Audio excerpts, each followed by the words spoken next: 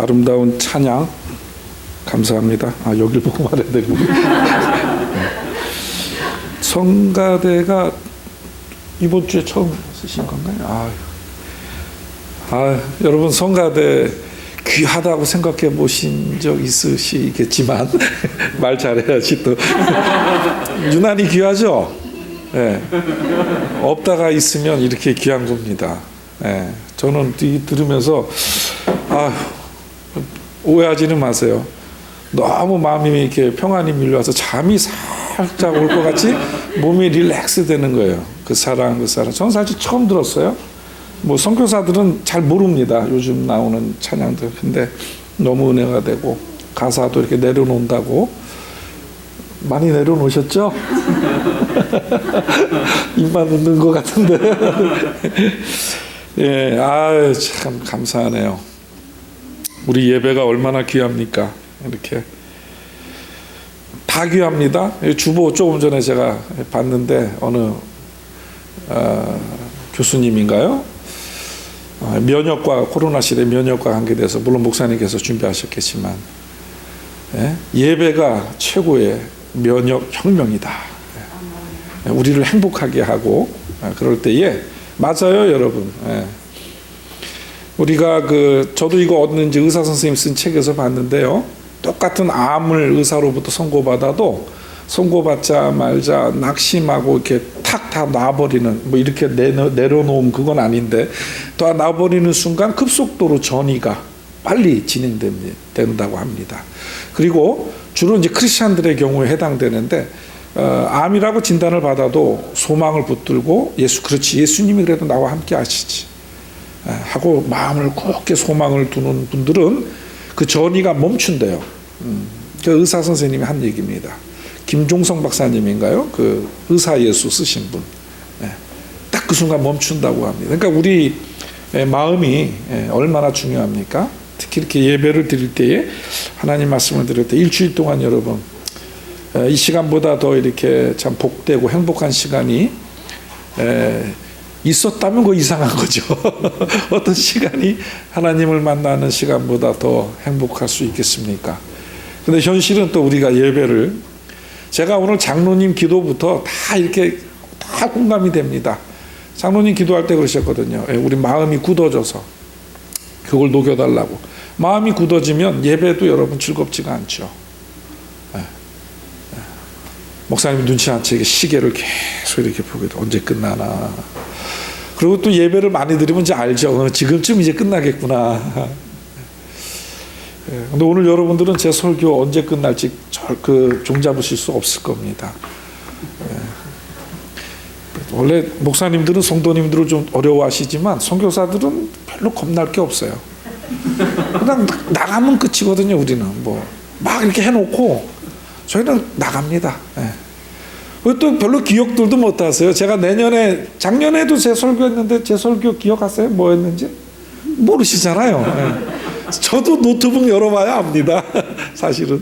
하지만 어쨌든 간에 오늘 하나님 말씀 제가 내일 떠나기 전날 드리는 말씀인데 이렇게 떠나기 전까지도 말씀으로 섬길 수 있도록 하나님 은혜를 주셔서 그것이 너무 감사하고 이렇게 또 말씀을 듣기 위해서 나와 계신 성도님들도 너무 귀하십니다. 모쪼록 이 시간이 전하는 전하 들으시는 여러분들이나 하나님의 은혜 안에서 하나가 되는 또 그리고 큰 도전이 되는 복된 시간 되기를 주님의 이름으로 축원드립니다. 오늘 본문은 사실은 그 유명한 우리가 잘 아는 산상수훈 바로 직전의 본문이에요. 그러니까 누가복음 6장 19절 이후부터 The Sermon on the Mount, 그러니까 산상설교가 시작이 되는 겁니다. 근데 제가 산상설교 직전으로 한번 본문을 잡아봤어요. 산상설교를 본문으로 잡는 게 아니라 여러분 이제 사람들이 나오는 겁니다. 예수님께 그 설교를 듣기 위해서 또 병 고침을 받기 위해서 엄청나게 많은 사람들이 왔겠죠. 몇 명이 나왔다고 성경이 정확하게 기록은 하지는 않지만 제가 개인적으로 생각해 볼 때는 적어도 수천 명이 오지 않았을까. 왜 그러냐면 여기 국가 단위로 분류를 했어요. 나온 사람들 보세요. 오늘 본문에 보게 되면 두로와 시돈으로서 왔다. 뭐 해안으로부터 온 많은 백성들, 그리고 이스라엘, 유대 사방에서 왔다. 이게 한 1,200명 왔는데 이렇게 기록하겠습니까? 이건 최소로 제가 볼 때는 수천 명 단위, 수만 명일 수도 있습니다. 그러니까 요즘도 보기 힘든 거대한 대규모 집회를 지금 최고의 부흥사를 모시고 예수님께서 준비하시는 건데, 그 과정, 많은 사람들이 나오는 거죠. 평지로. 예수님께서 밤이 맞도록, 누가복음 6장 17절 이전을 보면 예수님께서 밤이 맞도록 기도하시고, 아마도 제가 볼 때는 이 대규모 집회를 위해서 기도하시지 않으셨을까. 그래서 밤이 맞도록 기도하시고 제자들 12를 사도로 칭하시고, 그리고 이제 드디어 평지로 내려오신 겁니다. 여기서 이 평지라는 거는 제가 나중에도 말씀드리겠지만 마을과 동떨어진, 그러니까 우리가 거주하는 그 지역이 아니고 몹시 동떨어진 그곳을 말합니다. 자, 그랬는데 사람들이 몰려드는데 온 유대 사방은 물론 심지어 이방인들도 옵니다. 두로와 시돈. 여러분 복음서를 읽어보면요, 예수님께서 막 진노하셔서 저주를 퍼부으실 때 뭐라 그럽니까? 똑같은 재난, 이 재앙이 두로와 시돈에 내렸더라면 그들이 너희들보다 먼저 회개했을 것이다. 그렇게 말씀하세요. 그 두로와 시돈 사람들이 착해서 그런 표현을 쓰시는 것이 아니고, 두로와 시돈이 그만큼 당시에는 마치 소돔과 고모라처럼 아주 폐역하고 악한 곳이었어요. 그러니까 니네는 더 나쁘다라는 거죠. 너희 유대인들, 너희들은 더 목이 곧다 이거입니다. 할례 받은 너희들이 더 나쁘다 이겁니다. 그때 두로와 시돈을 쓰십니다. 근데 오늘 본문을 보면 두로와 시돈에서 많이 오는 거예요. 이 상종 못할 사람들, 유대인의 시선으로 봤을 때 사마리아 정도가 아니라 이건 뭐 상종할 수 없는 이방인들이 지금 몰려오고 있는 겁니다. 또 그리고 이 이방인들 입장에서는요, 이게 엄청난 용기가 필요한 행동이죠. 이 사람들 다 알아요. 우리가 유대인들 지역으로 들어가면 그 사람들이 우리를 뭘로 본다, 이거 다 압니다. 모르겠어요? 우리나라에 들어와 있는 지금 외국인 근로자들, 그 사람들이 모르겠습니까? 한국 가면 텃세 있다, 니네 무시한다, 다 알 겁니다. 그걸 알고 오시는 거예요, 그분들도. 그런데 오늘 본문을 보게 되면 이 두로와 시돈에 있는 사람들이 그걸 다 알지만, 그거보다 더 중요한 것이 무엇이냐 하면 예수 그리스도를 만나는 겁니다. 그래서 그분의 말씀을 듣고 그분으로부터 병이 낫는 것을 원하는 거죠. 그래서 그 목적 앞에서는 자신들이 받을 차별과 멸시, 무시, 뭐 이런 거 다 내려놓고 오는 겁니다. 여러분 대부분이 병자일 거예요. 또 더러운 귀신에게 고난받는 자들, 그러니까 지금 정상인이 거의 없어요. 근데 정상인이 있다면 아마 보호자들이 같이 왔겠죠. 쫄쭉쫄쭉 되면은 보호자들은 왔을 겁니다. 아내가 아프면 남편이 데리고 왔을 수 있고, 남편이 아프면 아내가, 혹은 자식이 아프면 부모가 아프면 자식이 부모를 또 메고 왔을 수 있으니까 보호자들도 많이 왔을 거예요. 지금도 그렇지 않습니까, 여러분? 병이 들었을 때 그 병든 사람의 가족들이 신방원 목사님 때문에 예수님 영접하기도 하고, 질병이 왔을 때 그리스도를 만나는 경우도 허다합니다. 그런데 제가 오늘 잠시 주목하고 싶은 것은 이 많은 사람들이 그저 병만 나으려고 왔는가? 근데 성경은 그렇게 기록하지 않습니다. 물론 병이 낫는 것도 중요한 이 사람들의 목적이었는데, 오늘 본문은요 정확하게 기록합니다. 저기 보십시오. 예수께서 그들과 함께 내려오사 평지에 서시니 그 제자의 많은 무리와 예수의 말씀도 듣고 병 고침을 받으려고 그랬어요. 여러분 말씀도 듣고가 먼저 나옵니다. 성경은 분명히 이거 그냥 쓰다 보니까 그렇게 하는 게 아니에요. 뭘 쓸 때는요 우선순위가 있는 겁니다. 다 의도된 바가 있고 목적된 바가 있어서 말씀도 듣고를 먼저 놓은 겁니다. 이걸 보면 우리가 하나님 말씀을 듣는 것이 우리 생애에 얼마나 중요한 건지, 알 수 있습니다. 이 사람들은요, 하나님의 말씀을 듣기를 갈망한 거예요.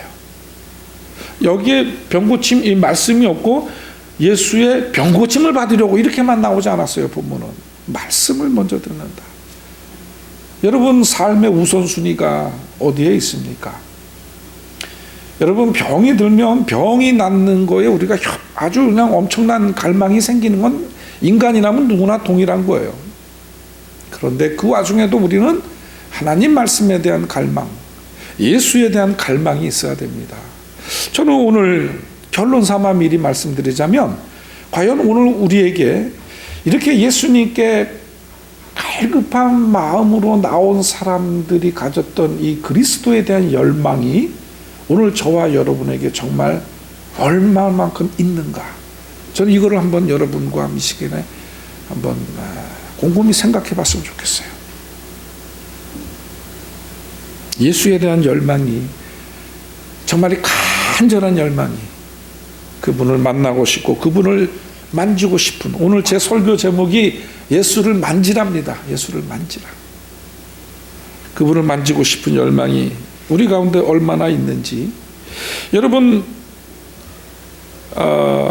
하나님 말씀에 대한 열망, 꼭 이것은요, 말씀에 대한 열망은 목사님들의 설교를 듣는 것만 하는 건 아닙니다. 여러분 제가 지금 이렇게 설교를 하고 있는데 여러분 제 설교를 들으시고 나가신단 말이에요. 그리고 월요일부터 이제 또 생업에 종사하시다가 또 주일이 되면 오시죠. 근데 그 사이에 여러분 만약에 성경 말씀을 보지 않는다면, 그냥 우리는 성경이 왜 필요합니까? 그럴 것 같으면 아예 성경이 뭐 없어도 되죠. 뭐 목사님만 통해서 우리가 하나님 말씀을 듣는다면, 지금 중세시대 우리가 뭐 캐톨릭의 밑에 삽니까? 그때는 일반인들은 성경을 못 봤어요. 아니 캐톨릭 사제들의 25%가 문맹이었습니다. 신부의 4분의 1이 문맹인 시대였어요. 중세는. 그 어떻게 신부가 됐냐? 돈으로 그걸 사는 겁니다. 돈은 많은데 글은 몰라요. 그러니 성도들은 무슨 성경을 읽었겠어요? 또 성경은 다 라틴어예요. 지금은 근데 그런 시대가 아닙니다. 근데 지금도 로마 캐톨릭은 성도들에게 성경 읽으라는 말 잘 안 합니다. 왜 그런 줄 아세요? 좀 죄송한 표현인데 본인들도 성경에 대해서 이렇게 썩 잘 알지 못해요. 왜 그런 건 당연한 것이, 캐톨릭은요, 우리 개신교는 뭡니까? 우리 개신교는 교회 권위, 우리 개신교의 그 최고의 권위는 단 하나예요. 성경입니다. 우리는 성경이 다예요. 근데 캐톨릭은 하나가 더 있어요. 두 개를 씁니다. 뭐냐면 성경과 트래디션, 전통입니다. 전통. 이 전통은 교회 전통입니다. 그 뭐 일반 사회 전통, 로마 교회의 그 수장서부터 시작된 그 교회의 전통을 말씀의 권위와 동등하게 놓는 거예요. 그래서 말씀이 약할 수밖에 없는 겁니다. 캐톨릭은. 이게 있으니까. 교황이 전통이에요. 이 전통의 가장 수장은 그리스도가 아닙니다. 교황입니다. 교황. 이 한국은요, 이 캐톨릭이 제가 뭐 캐톨릭 설교하려고 하는 건 아니지만, 한국은 캐톨릭에 대한 정서가 우리 일반인들이나 우리 개신교들을 볼 때 그렇게 뭐 적대적이지 않아요. 그리고 뭐 크게 다르겠어 이렇게 보는 풍토가 많은데, 여러분 크게 다릅니다. 제가 캐톨릭이 국교인 나라에서 사역하지 않습니까? 시간이 없어서 제가 말씀을 다 못 드리는데요, 캐톨릭은 완전한 다른 종교로 여러분이 보셔야 됩니다. 조금 더 극단적으로 표현하면 이교입니다. 반쪽짜리 진리는 없는 게 더 낫다라는 말이 있어요. 진리가 아닐 바에는 없는 게 나은 겁니다. 진리가 아니면 다 필요 없는 거예요. 자, 여러분, 하나님의 말씀. 그래서 우리는 하나님의 말씀을 가장 소중한 권위로 인정을 하고 그분의 말씀을 우리가 정말 사모해야 되는 건데, 주일날 목사님 설교 한번 듣는 걸로 일주일을 내가 버틴다면 뭐 듣기에 좋은 말일 수도 있는데, 한편으로는 죄송합니다만 너무도 우리의 삶은 약해지는 거예요. 우리는 주도권이 없는 거예요. 우리 신앙에 대한. 내 신앙에 대한 주도권을 목사님이 쥐고 있는 겁니다. 목사님이 그냥 주면 주는 대로 할렐루야 하고 안 주면 그냥 이렇게 돼 있는 겁니다. 예? 나 위로 안 해줬어 목사님이. 에이 신방 안 오시네. 에이, 시험 들고 교회 떠나. 이거 너무 한번 상식적으로 여러분, 누가 우리 신앙의 주인입니까? 목사님이 아니에요. 우리가 우리 신앙을 여러분 지켜야 돼요. 주도적으로, 주체적으로. 어떻게? 성경 읽으면서, 열심히 성경 읽고 기도하면서, 그분을 누리고 교제하면서. 네. 로마 가톨릭은 이걸 못하게 합니다. 사제들이 다 합니다. 네.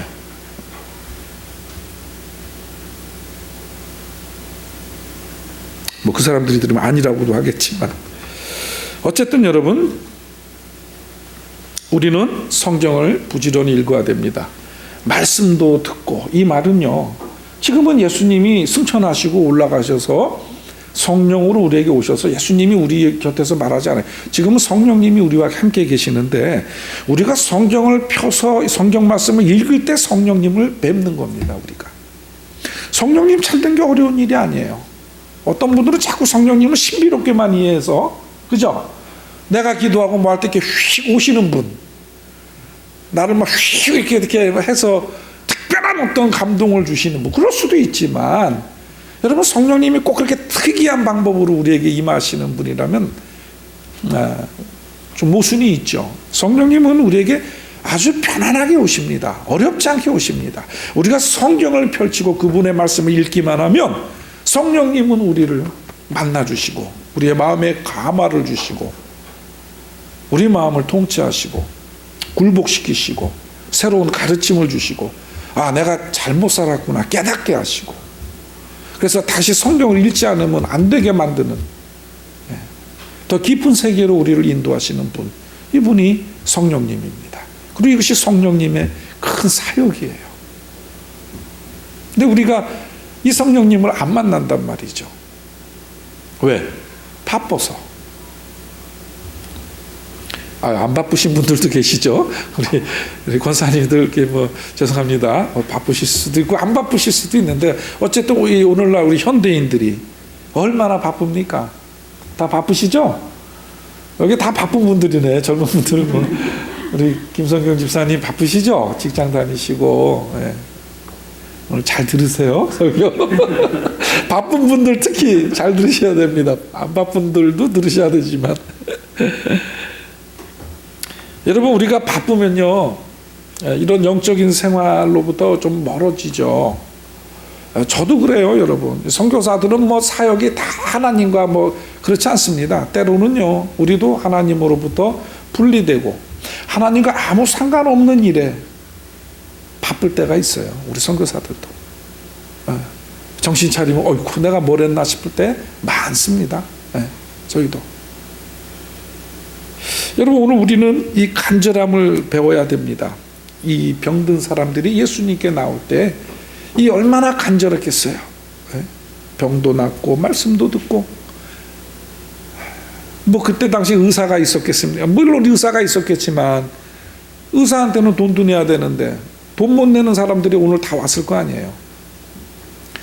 예수님이 뭐 그냥 의사입니까? 또 예수님은 또 후유증이 없어요. 한번 고치시면.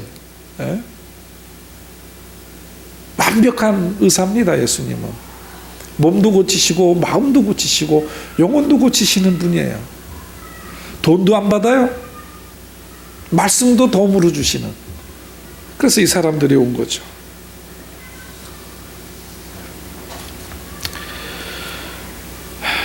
근데 오늘 성경을 보게 되면 방금 읽었습니다만 19절에 온 무리가 예수를 만지려고 힘쓰니. 근데 제 오늘 설교가 예수를 만지라 아닙니까? 아니 예수님이 어디 계신다고 만지지? 예수님은 형상이 없으신데.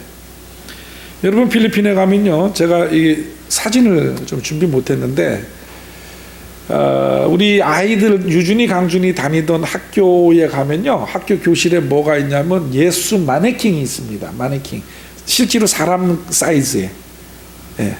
근데 이 마네킹이 얼마나 볼품없냐면요, 예수님이요 가시관을 쓰고 무릎이 까지고 피를 흘리고 이러고 서 있는데 얼굴 표정이 너무, 저는 그거 보면 너무 불쾌해요. 예수님 얼굴 표정이 꼭 뭐라 그래야 되죠? 그냥 막 며칠 굶은 거지의 얼굴, 그리고 얼굴에 아무런 소망이 없어요. 몽크의 그 절규 같은 그런 얼굴. 그걸 해놓고 그걸 막 이렇게 만지고 그 앞에서 막 이렇게 합니다. 캐톨릭은요. 레볼토라고 하는데, 저는 우리 교인들에게, 처음에 우리 교인들은 다 캐톨릭에서 오지 않습니까? 그러면 제가 강력하게 얘기합니다. 그러면은요, 이런 부분에서 깨라고, 부수라고, 없애라고, 치우라고. 그러면 이제 자꾸 그런 소리 하잖아요. 그러면은 떠나는 교인도 있습니다. 예. 그게 너무 오래된 전통인데, 필리핀은 수백 년에. 선교사가 자꾸 그런 거 아니라고 그러니까, 불편하니까 떠나요. 그리고 남는 사람들은 진짜 예수님 영접합니다. 그럼 이제 시간이 지나면 그게 얼마나 헛된 건 줄 알죠. 우리가 지금 예수님을 마네킹으로 만날 수는 없어요. 뭐 그분을 그렇게 물리적으로 만진다라는 뜻은 아닙니다. 근데 성경을 보게 되면, 그 누가복음 8장에 보게 되면 혈류병 걸린 여인, 12년 동안 몸에서 피가 멈추지 않던 여인이 얼마나 절망적인 삶을 살았겠습니까? 그런데 이 여인이 예수님께 다가와서 예수님 옷자락을 만지죠. 근데 낫는단 말이에요. 그럼 뭐 예수님의 그 옷에 정말 능력이 붙어 있어서 누구나 만지면, 여러분 그렇게 생각하십니까? 예수님의 능력은 예수님의 몸이나 예수님의 옷에서 나오는 게 아니죠. 예수님의 능력은 예수님의 말씀에서 나오는 겁니다. 그런데 설사 이 여인이 잘못된 정보를 가지고 있었더라도 예수님은 자비로우셔서 그녀의 그 간절함을 아시고 그 간절함에 화답해 주시는 거예요. 자비하심으로, 능력으로.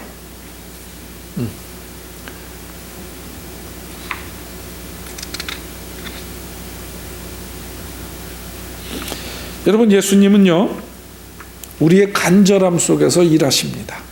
우리가 예수님을 만나려는 간절함이 없는데 예수님이 우리를 이렇게 일하시지는 않으세요. 하지만 우리가 정말 간절함이 우리에게 있다면 예수님은 우리를 위해서 일하시고 우리에게 오십니다. 우리가 아무리 주님에 대한 지식을 많이 가지고 있어도, 우리가 그 지식, 그러니까 하나님을 만나려고 하는 간절함이 없다면 그 지식은 여러분 무슨 이렇게 큰 도움이 안 돼요. 오히려 우리에게 없느니만 못하죠. 특히 우리가 신앙생활을 오래 하다 보면 어느새인가 내 안에 간절함이 사라진 것을 보게 됩니다. 그래서 기도도 습관적으로 하게 되고 형식적으로 하게 되고, 그리고 기도도요 상식적으로 하게 됩니다. 이게 무서운 거예요. 네. 기적을 안 믿어요 이제는. 뭐 예수님 나를 위해서 특별히 어떤 내가 기대하지 못한 것을 하실 거라는 기대가 기도하면서도 없어요. 제한합니다. 예수님을 내 상식에, 그리고 우리 주변에서 벌어지는 일들, 보편적으로 이루어지는 일들 이상으로는 주님이 일을 안 한다라고 가둬요. 제한합니다. 이게 오늘 크리스찬들의 문제예요. 무슨 기적을 얘기하면 신비한 사람 보듯이 보고, 예.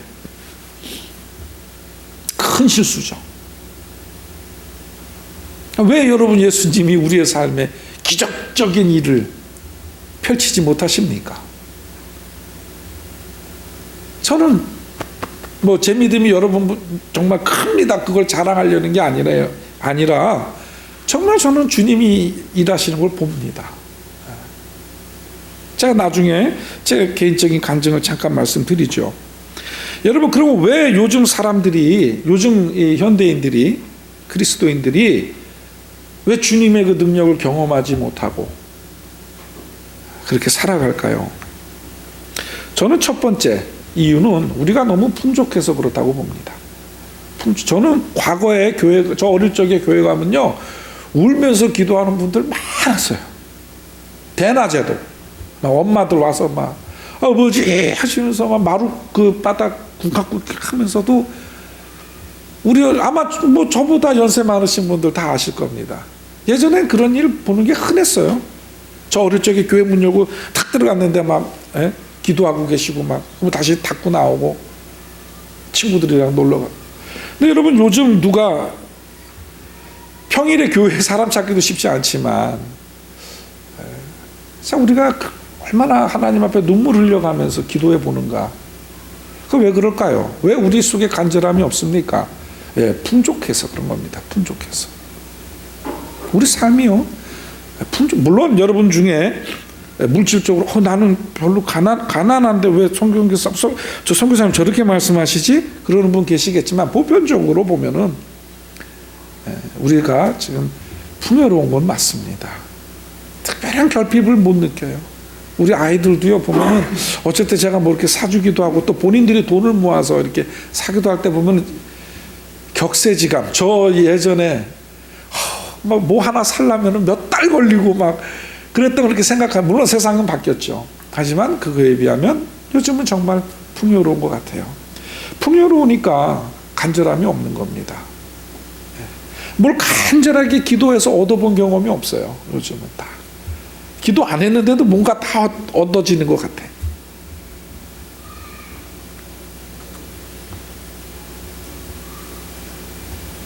여러분, 우리는 오늘 다시 가난해져야 합니다.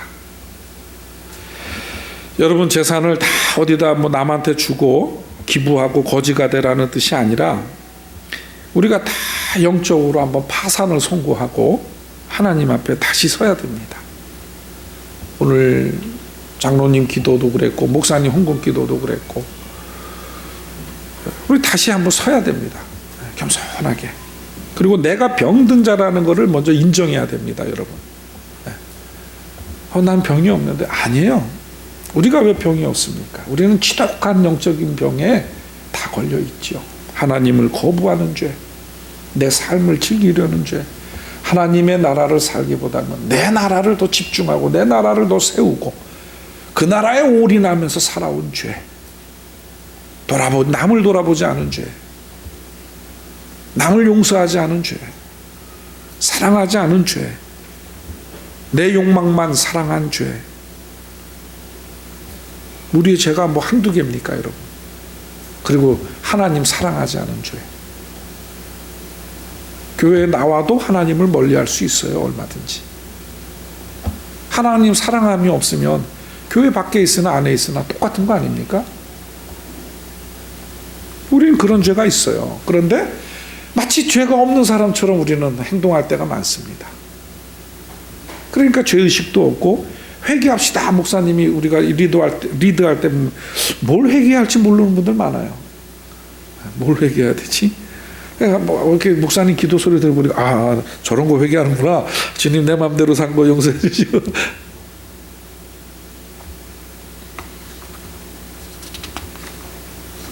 여러분, 우리 개인만 병들었습니까? 우리 개인이 병들면요, 우리 개인이 구성하고 있는 이 사회도 병듭니다. 때로는 교회도 병들어요. 한국 사회는 병든 사람들이 만든 병든 사회입니다. 제가 이렇게 뉴스를 보면요, 제가 우리 아이들 뉴스 못 보게 합니다. 안 보는 게 나아요, 아이들은. 너무너무 섬뜩하고 끔찍한 기사들이 많아서, 여러분들도 잘 아시잖아요. 어쨌든 이거 어떻게 사시나, 이런 뉴스 들으면서. 물론 뭐 필리핀도 황당한 사건들이 많이 있지만, 지금 우리가 사는 사회는요, 현대인들은 특히 소외에 병들고, 고립에 병들고, 경쟁에 병들고, 상처에 병들고, 누구를 증오하는 증오에 병들고, 돈에 병들고, 성공에 병들고, 출세에 병들고, 자녀 교육에 병들고, 자기 만족에 병들고, 자기 사랑, 자기 애에 병들고 살아가고 있는 겁니다. 그리고 그렇게 병든 사람들이 모여서 살아가는 사회는 병든 사회가 되는 거예요. 아니, 사회 구성원이 다 병들었는데 그 사회가 어떻게 건강할 수 있습니까? 만약에 건강하다면 그거 이상한 거죠. 여러분, 이 병이 낫는 길은 단 하나예요. 선거철에 정치인들이 그 어떤 공약을 내놔도 그걸 믿으면 안 됩니다, 여러분. 여러분, 정치인들이 자기도 병들어서 죽어가는데 누굴 살립니까? 믿지 마세요. 저는 1도 안 믿습니다. 제가 의심이 많아서 그런 게 아니라, 어쨌든 가소로워요. 자기들도 홀라당 먹고 추 한 꼴 드러내고 죽어가면서 뭘 누구를 살리겠다고 저희가 이걸 하면 이렇게 됩니다. 뭐 걱정 없는 나라, 걱정 없는 사회 자기들이 하겠다는 거예요. 우습지 않습니까? 그게 가능합니까? 여러분 불가능해요. 그걸 뭐 여러분 다 걸러서 들으시겠지만 그런 정치인들의 공약이나 그런 말도 안 되는 그런 얘기들, 그 뭐 정권이나 유지하는 게 그게 최고의 정권 창출이 그 사람들 최고의 그 목표입니다, 여러분. 제가 볼 때 국민의 복지 아닙니다. 우리가 이렇게 병든 사회를 살아가고 있습니다. 이 병을 낫게 하는 거는요, 정치인들이 아니고 사회 리더들이 아닙니다. 오직 예수님이고요. 그 예수님을 바로 아는 리더들만 우리에게 큰 영향력을 줄 수 있는 거예요.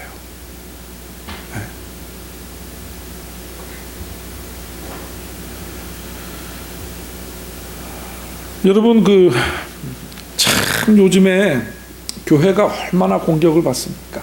그죠? 어디 가서 저 교회 다닙니다라고 말하는 것이 과거보다 요즘이 더 힘듭니까? 안 힘듭니까? 김 지사님. 그죠? 예, 정직한 대답이에요. 저도 옛날에는요, 누가 뭐 하세요? 그러면 목사입니다, 선교사입니다. 그게 쉽게 말했는데요. 요즘은 은근히 어디 가면은 좀 위축돼요. 이거 물어보면 뭐라고 말은 해야 되는데 이거 참 이런 세상이 됐어요. 여러분 다 공감하시죠? 예? 제일 처음에 신천지 나왔어요. 신천지 다음에 뭐가 나왔죠? 게이클럽이 나왔어요. 뭐 게이클럽은 우리 교회 그건 아니니까. 근데 신천지 나오고, 그 다음 나온 게 인터콥, 백투 제루살렘 인터콥 나왔고, 그 다음에 또 뭐가 나왔죠? IM 선교단체, 국제 뭐에서 비인가 선교단체인데 학생들 대상으로 영리적인 목적으로 영어 가르치다 다 터져 나왔고, 요즘은 또 죽은 그 조희성 죽은 지가 언젠데 아직도 그 영생교, 그게 아직도 그게 있대요. 그 부천의 영생교 무슨 승리재단 뭐 그런 거 다 나오는 겁니다, 지금 하나씩. 그러니까 한국 교회가 밝히지 못했던 이단 사이비를 코로나가 다 지금, 얼마나 고마워요. 우리 못한 거예요. 그거 할 수도 없었고. 코로나가 뭐 인터콤 하도 세가 세가지고 그거 이단이라고 말하기 어려웠어요. 근데 지금 다 나오지 않습니까? 다 드러나요. 이제 다음에 뭘까요? 우리는 아닙니까? 우리도 부끄러워할 게 많죠. 우리도 부끄러워할 게 많습니다. 사회에 빛이 되지 못한 거, 소금이 되지 못한 거, 저부터도 부끄러운 게 많아요. 요즘은 도대체 어디가 교회 추락의 끝인지 알 수 없을 정도로 위기가 심각하죠. 그 대형 교회들의 뭐 세습 이런 거 뭐 말할 것도 없고. 그저께 돌아가신 라비 자카라이아, 혹시 아시는 분 계십니까? 라비 자카라이아, 유명한 21세기 기독교 최고의 변증가라는 사람. 그 사람 죽었어요. 필리핀에 큰 교회 와서 설교할 때 제가 가서 봤습니다. 세계적인 변증가입니다. 기독교를 변증하는 철학가이고 사상가죠. 죽었는데 세상에 죽고 나서 그 간음, 강간, 뭐 그런 성적인 범죄들이 다 드러나는 겁니다.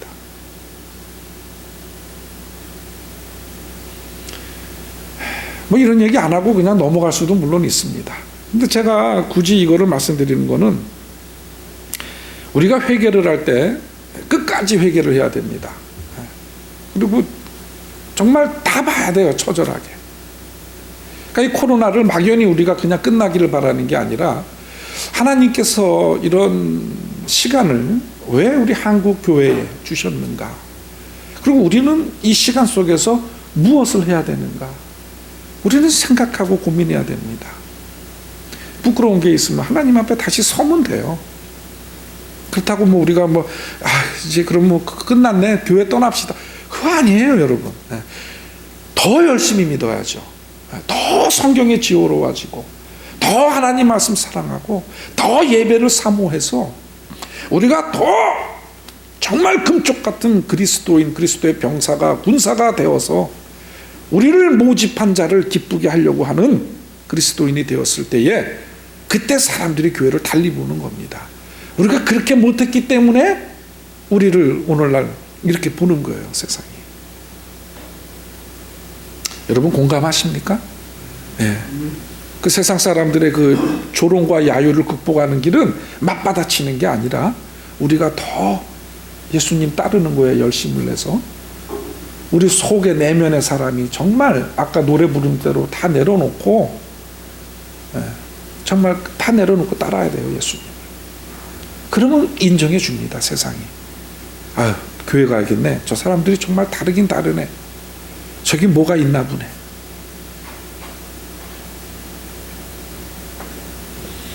여러분, 오늘 주님은 사람들을 평지로 인도하셨다. 본문이 그렇게 말을 하지요. 이 평지는요, 성경 다른 곳에서는 한적한 곳이라고 번역을 합니다. 마가복음 1장에서도 주님은 한적한 곳에 계실 때 많은 사람들이 그분께 나왔다 이렇게 표현하는데요. 이 한적한 곳이 영어로는 lonely place, 외로운 곳입니다. 그리고 solitary place, 고독한 곳 이렇게 표현합니다, 영어 성경은. 그리고 오병이어 사건이 벌어진 마태복음 15장을 보면 이곳을 광야라고 번역했는데 영어로는 remote place. 텔레비전 킬려면 리모트 있어야 되죠. 리모트 컨트롤러. 뭡니까? 멀리 떨어져 있는. 그러니까 리모트 플레이스는 멀리 떨어진 곳입니다. 어디로부터? 우리 생활 바운다리로부터 멀리 떨어진 곳. 예수님은 그런 곳으로 사람들을 초청하셨어요. 이 평지도 저는 그렇게 봅니다. 멀리 떨어진 곳. 우리 아둥바둥 우리 생활하고는 좀 거리가 있는 곳. 그 떠나야 되는 거예요. 예수님은 동네에서 뭐 하지 않으셨어요. 여러분 무엇을 뜻합니까? 이 말씀이 우리는 주님을 만나기 위해서 외로운 곳으로, 고독한 곳으로, 멀리 떨어진 곳으로 때로는 가야 합니다. 주님은 그곳에서 사람들을 만나셨고 그들을 치유하셨고 먹이셨어요. 이거는 제가 물리적으로 혹시라도 여러분 중에 저 선교사님이 뭐 멀리 가래 그러면 나 어디로 가나? 제주도를 가나? 속초를 가나? 어디 깊숙한 산골에 절은 안 되고 기도원으로 가야 되나? 그럴 수도 있지만 저는 또 가끔 그렇게 합니다. 어디 이렇게 가고 싶어서 갑니다. 묵상도 해보고 싶고 그래서. 그런데 사실 우리가 그거 쉽지는 않잖아요. 그러면은 여기서 말하는 lonely place, solitary place, remote place, 이 한적한 곳, 외딴 곳은 어딜까? 어딜까요, 여러분? 제가 제일 지금 쉽게 떠오르는 곳은 교회입니다. 제가 한국에 들어와서 격리 끝나고 예람교회에서 한 일주일 정도 있었어요. 목사님께 허락받고 좀 책도 좀 보고 싶고 기도도 좀 하고 싶어서 월요일부터 한 금요일까지인가 뭐 이렇게 있었는데 평일에 기도하러 오시는 권사님들이 계시더라고요. 이야, 또 우리 장로님 또 매일 오셔갖고 한번 이렇게 둘러보시고 또 이렇게 기도도 하시고. 그래서 내가 그런 것 같아요, 여러분. 그런 것 같아요. 교회가 이게 얼마나 좋습니까? 요즘은 다른 남의 교회는 힘들어서 못 가요. 닫습니다. 근데 이거 여러분한테는 우리 교회잖아요. 얼마나 편합니까? 비밀번호 다 아실 거 아닙니까? 그럼 혼자 기도하고 싶으시면은 혼자 오시면 되는 거예요. 아무 평일이나 뭐 퇴근하고. 물론 교회 집회가 밤마다 있기는 있습니다. 뭐 그 전에 오시든가. 그래서 한번 혼자서 기도해보고, 혼자서. 우리가 공동 기도에는 많이 익숙한데 이 혼자 하는 기도는 별로 익숙하지가 않죠, 우리의 문화가. 근데 저는 여러분에게 그걸 좀 권하고 싶어요. 혼자 하는 기도, 혼자 그리스도 앞에서 좀 스트러글 하는 거, 애써 보는 거. 왜 못합니까? 여기 좋은데 이 사침까지도 기도하실 수 있어요, 여러분. 여기 다 쓰실 수 있지 않습니까? 시간을 쪼개서 여기가 lonely place가 되는 거고 여기가 remote place가 되는 거예요. 저는 이제 여러분 우리가 기도를 안 하면 숨이 막 막힐 것 같은 그런 느낌 다 있으실 겁니다. 크리스찬인 기도를 하지 않으면요, 이 숨이 조여오는 걸 느낄 때가 와요. 답답하고. 저는 뭐 교회들 다 잠가 놓으니까 주로 어디를 가냐면 걸으면서 좀 묵상도 하는데 최근은 올림픽공원을 자주 갑니다. 올림픽공원을 가면요, 이렇게 빙 한 바퀴 돌죠. 일단 돌고 나면은 그 어떤 벤치가 나무 하나가 있고 그 나무를 중심으로 사각으로 이렇게 낸 벤치가 의자가 있는데 거기 조금 떨어져 있어서 거기에 사람이 안 다닙니다. 근데 겨울인데도 양지가 발아서 해가 쫙 들어와요. 점심 이후에 거기 앉으면 안 추워요. 따뜻합니다. 또 검정색 옷을 입고 있으면 햇빛을 빨리 받아서 그런지. 그럼 제가 걷고 나서 거기 앉아서 이제 이어폰을 찬송가 이어폰을 끼고 음악을 들으면서 번거지 모자를 제가 이 턱까지 내려서 씁니다. 그러면은 누가 나를 봐도 저 사람이 누군지도 모르고 또 다니는 사람 저도 뭐 눈앞에 뵈는 게 없어요. 예, 이걸 이렇게 하고 있으니까. 그리고 거기 앉아서 이렇게 있으면은 걱정 마세요. 아무도 신고 안 합니다, 여러분. 뭐 저기 이상한 사람이 있어 그런 거 없어요. 보지도 않아요. 거기 앉아서 기도하는 거예요. 기도가 얼마나 감사하게 잘 나오는지 모릅니다. 내 죄들. 어떤 날은 막 눈물이 막 두두두두 떨어지면서 기도도 합니다. 내 죄를 생각하면 울지 않을 수가 없어요. 부끄러워서. 그리고 하나님의 그 치유하심, 나를 용서해 주시는 것들, 그 느낌들, 나를 격려해 주시는 그 느낌들, 얼마나 고마운지 몰라요. 그 자리를 맛을 보면요, 거기 또 안 갈 수가 없어요. 자꾸 갑니다. 제가 지금 다시 필리핀 가는데 그게 좀 아쉬워요.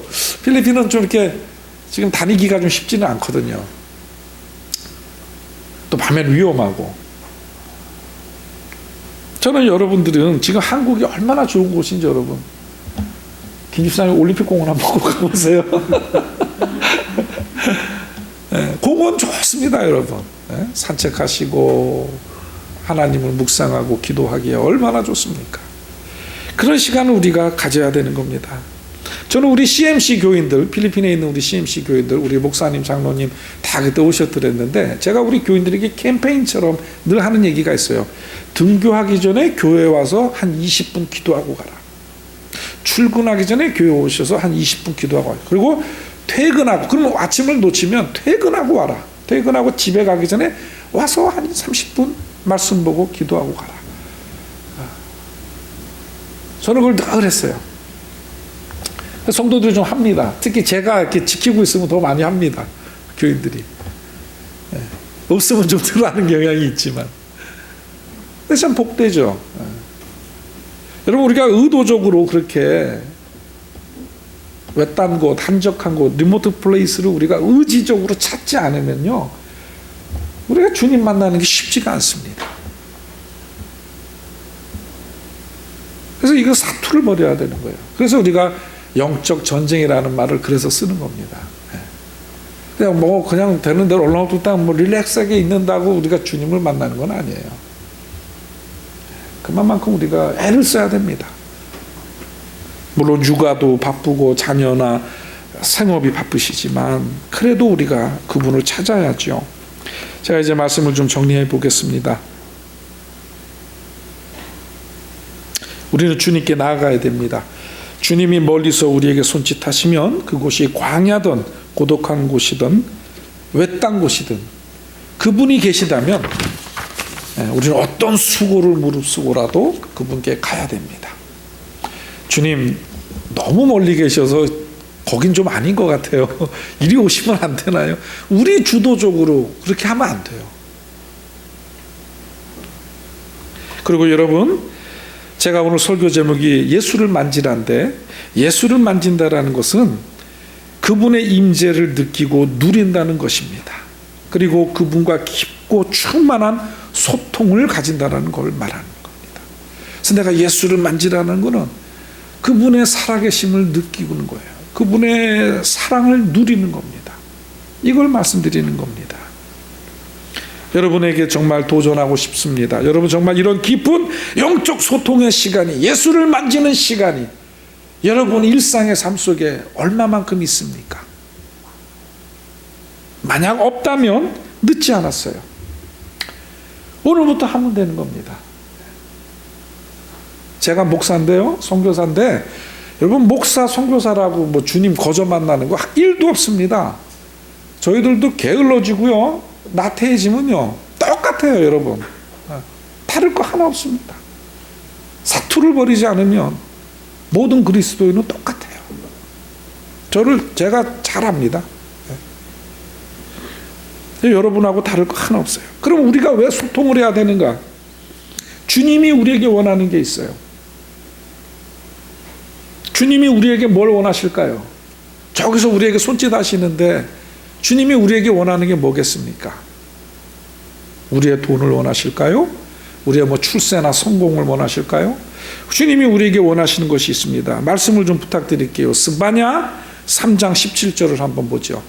구약성경 스바냐 3장 17절입니다.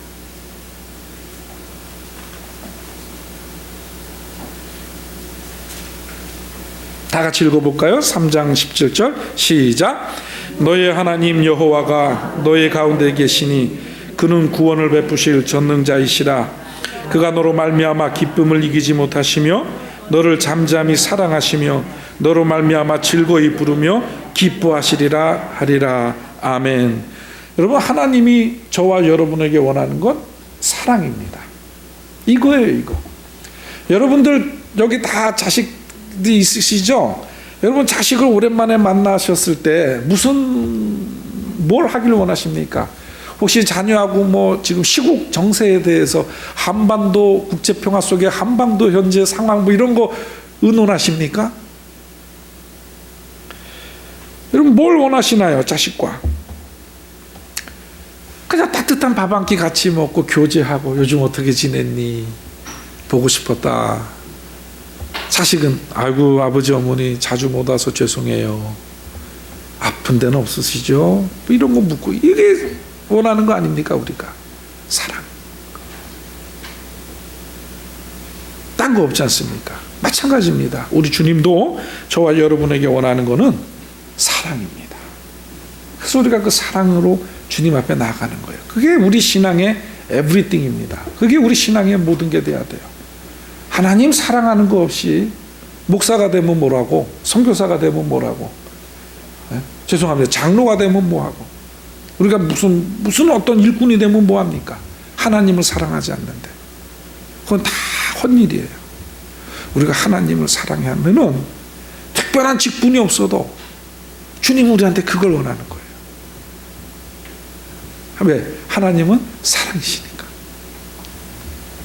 사랑하는 성도 여러분, 여러분의 남은 삶이 이 주님을 매일매일 만나시고 만지시고 누리셔서 그분의 임재, 그분의 통치하심, 그분의 그 사랑을 여러분이 매일매일 삶 속에서 충만히 누리시다가 이 다음에 주님이 기다리시는 그 천국까지 우리가 그렇게 살다가 천국 가서 다시 만나면 좋겠습니다.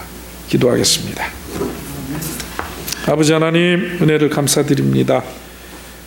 저희들이 참 삶이 바쁘고 생활이 분주해서 주님을 많이 찾지도 못하고 주님을 사랑하지도 못했음을 용서하여 주옵소서. 아버지, 우리 삶의 목적이 하나님을 기쁘시게 하는 것이요 하나님을 영광스럽게 하는 것인데 우리가 아버지 우리의 삶에 정신을 다 두어서 주님 원하시는 삶을 살지 못하였음을 용서를 구합니다.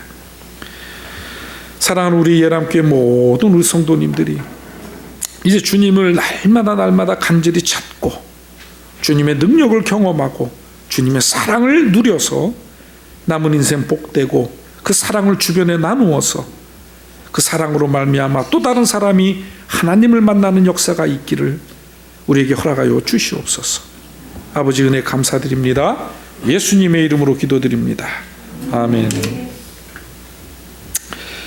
우리 합심 기도가 있네요. 우리 이 시간에 다 같이 한번 합심해서 기도하겠습니다. 제가 지금 마무리 기도를 했는데요.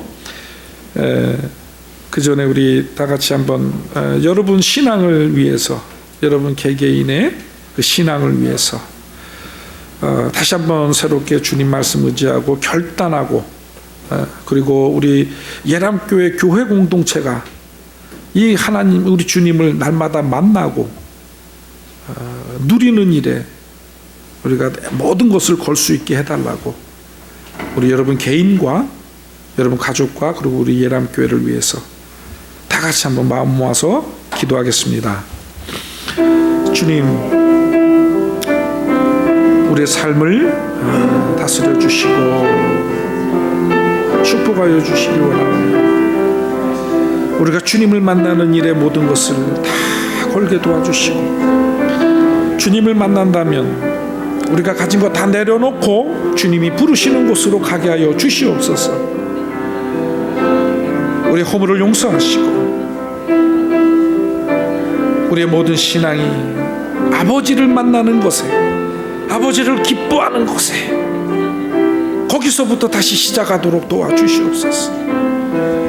아버지, 이 예람교회를 축복하시고 아버지, 온 권속들이 다 주님을 만나게 하여 주시고 날마다 주님을 만나서 주님과 동행하고 주님 주시는 사랑과 주님 주시는 평화를 기뻐하고 그 기뻐하는 것들이 삶에 흘러나와서 주변에 강물처럼 흐르게 도와주시옵소서. 아버지 하나님, 죽어가는 이 세상, 병든 이 세상 속에서 아버지 하나님, 이 권속들을 통하여 하나님의 나라가 드러나게 하여 주시고 하나님의 나라가 굳건히 세워져 갈 수 있도록 아버지 은혜의 은혜를 베풀어 주시옵소서. 하나님 주시는 은혜의 평강이 이 예람교회 위에 충만하게 하시고 이 교회를 이루는 모든 권속들을 위해 아버지 은혜 베푸시고 저들의 삶과 함께 하여 주시옵소서. 아버지, 주님 은혜를 베푸시고 주님 함께 하여 주시옵소서. 지금은 우리 구주 예수 그리스도의 은혜와 살아계신 하나님 아버지 크신 사랑과 성령님의 교통하심이 그 어떤 곳이라도 주님이 부르신다면 달려가서 주님을 만지고 주님을 기뻐하기를 원하는 사랑하는 예람의 모든 권속들 위해, 저들의 자녀들 위해, 기업 위해, 미래 위해, 그리고 두고 온 필리핀 CMC 온 권속들 위해 지금부터 영원토록 함께하옵기를 축원하옵나이다. 아멘.